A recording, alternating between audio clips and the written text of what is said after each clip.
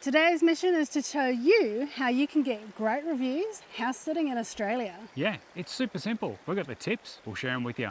Off they go, bags in tow. Matt and Chrissy hit the road. Maps unfold, stories told. Before you even start your sitting, you need to start with good communication. From how you communicate when you're requesting to sit for a house sit, all the way through to actually engaging in a conversation. One of those key things that I like to make sure that I'm doing is I'm asking detailed questions about the pet's routine, the homeowner or the pet parent's preferences, and how we need to fit in to make sure that we're keeping their normal continuing while we bring in our abnormal. The best way we find to communicate with people is to encourage the owner to have a video call, because that way you can make it more personable and they can see you and hear how you communicate with them. For those of you watching the video right now wondering why is the camera moving around so much, you're strung up in a tree.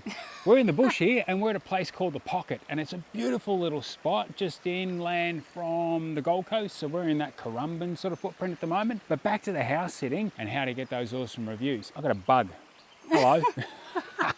So what you need to make sure you're also doing is that you're documenting any special instructions. In a lot of cases, you are going to be exposed to stuff during a house sit that is not normal for you, and there's a lot of information to take on board. So make sure you capture it if the owner hasn't already captured it for you, so you can always refer back to it so that you don't miss a beat. If you're having a video call with the owner, you could also ask if you can record the video so that you can refer to it later. It is a good idea to arrange a pre-sit meet and greet. This enables you to be able to meet the animals, get to see how they behave around you, and it also helps give the owners a little bit more confidence knowing that you know how animals behave and whether they like you. If you're going to rock up late to an appointment with a pet parent for a house sit or a pet sit, then that's not a good look. So make sure you're there on time and you're looking professional. Well, you don't need to look uber professional, but you need to look professional enough so that they trust you with their home and their pets. While you're at the home or with the pet owner, it's a good idea to ask about taking photographs as well as any emergency information that would be helpful to you. For example, that may be emergency contact details, where they keep their first aid kit and fire extinguisher or fire blanket. Those will be really helpful for you when you're on the sit. One of the things that we like to make sure that we do when we first get to the house sit is send the pet parent a message if they're not there to meet us, to know that we have arrived. So they want confirmation that we're there and everything's going to be taken over from that point in time. That is really important. One of the things we like to do is take photographs of the property when we arrive. This serves two purposes. First, if we were to move anything, we can put things back into place. And second one is to make sure that if there's any damage to the property that we are not responsible for, we are aware of it up front and we've documented it. Share it with the pet parents or the homeowners so they know what the situation is too. They may well be aware of it, they may just have forgotten to mention it to you. It's worth having a record of that. As I was saying earlier in relation to making sure you're taking detailed notes of what their instructions are, it's always a really good idea during the sit to reflect on those notes or any notes they've provided to you so that you can make sure that everything is continuing on as required. And it's also a good idea to be really mindful of the environment that you're setting up in. So if you're putting cups down on tables, make sure you're using a coaster. Little things like this can make a really big difference, and it's all about being considerate of the homeowner's property. Check it out, we've got a little visitor. One we don't mind. Hey, dude. It's not going to bite us. Hello.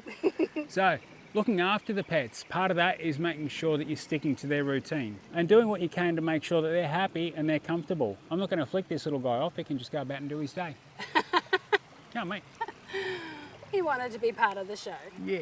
Keeping up with the animal's feeding schedule is going to be really important, and if you're sending videos through at the times when you're feeding, that's really going to help pet parents know that you're actually doing what you need to, following their feeding routine instructions. It gives them more confidence, and again, that's going to lead to great reviews. The same thing can be said for the exercise schedule and routine. So if the dogs need to be walked twice a day, as long as you're not smashing the pet parents with heaps of videos and photos, but updates to let them know that this is happening, and when they see it, they understand that it's going on. So they're not going to be sitting there with questions in the back of their mind, wondering whether or not they're actually going to be coming home to a pet that's had the care that they normally get. All leads to great reviews. Additionally, making sure that you make time for play. Pets often require a little bit of time during the day, and they like to break things up. Just as we need to in our work day, we need to take a break from time to time. Make sure that you're playing with the pet, observe their behavior, and if anything appears to be unusual, to just make a note of it and check that everything is okay. If you have any concerns, notify the pet owner as needed. While you're at the property, it's a really good idea to make sure that you also look after the gardens if there's gardens there to be looked after. So watering plants and paying attention to what kind of plants they are. Some like a lot of water, some don't. And if you've got the opportunity to make sure that you keep on top of mowing the lawns, it is so much easier to do that on a weekly basis, particularly if the grass is fast growing. You'll get some good reviews.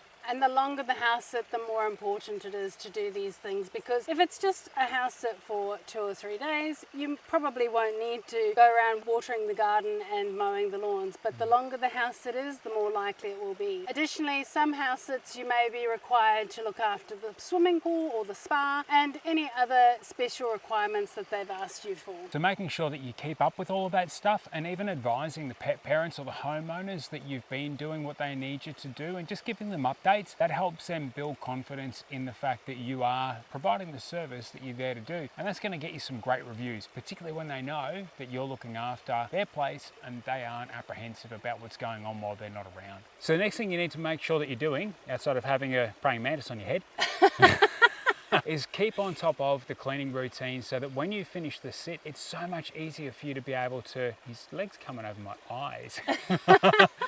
Keep on top of the cleaning routine so that at the end of the set, it's so much easier for you to be able to just do that deep clean and get out of there. Rather than rushing around last minute trying to do it all, it's been done incrementally. It's going to be so much easier. At the end of it all, you want to make sure that you're updating the pet parent or the homeowner on this one and let them know, hey, I've changed the linen, I've washed the bedding, I've washed the towels, everything's done, floors are cleaned. That way they know they can come home, just drop straight into their space, and you've done what's right by them. They'll do what's right by you and they'll leave you an awesome review. And as Matt said, we always leave a thank you note and send them a message to let them know that their home is ready for them to come back to and enjoy their space again. So when you do wrap it up and you finally leave, you want to send a departure confirmation message, particularly if they're not there for a handover, so that they know that the house is going to be empty when they get home. And including some photos there is probably going to really help them too. Show that their home is in a great condition. Show them that their pet is waiting there for them, excited for them to come home. Great way to get good reviews is to showcase the work that you've done and the love that you've left. The other reason we take photos when we're leaving is to make sure that they match up with the photos we took when we arrived. So if we've moved things around, we put them back where they belong. It also helps as evidence that there's no damage in the event that the owner comes back to us with anything.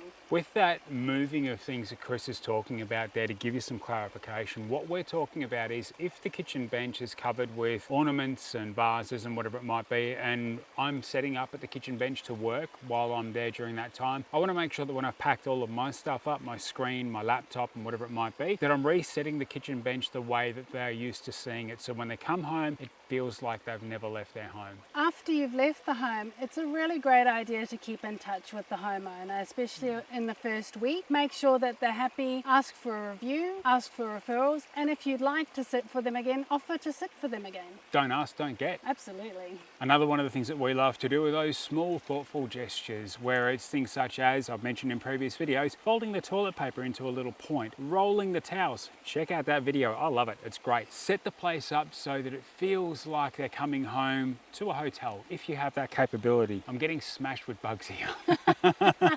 If the property has some nice flowers and there's a vase, you might like to put some flowers on the dining room table or in the kitchen, just as a nice welcome home. So if you want to see some of the reviews that we've got based on the sits that we've done and how we're sharing with you to approach house sitting and getting great reviews, check out some of these reviews. Check out this one here, and this one here, and that one there. There's reviews everywhere. If you've got success stories about your house sits and getting great reviews, share them below with us. We would love to read them. Additionally, if you've liked what we shared, please like, share and subscribe. We would really be grateful to share this with other people and expand our community. It really helps our channel grow and we really appreciate it. We appreciate you. If there's anything you've got as a great tip for anyone to get awesome reviews on a house sit, throw that in the comments below. We can all learn from each other here. All right guys, until next time, buenos tacos. Yeah, buenos tacos.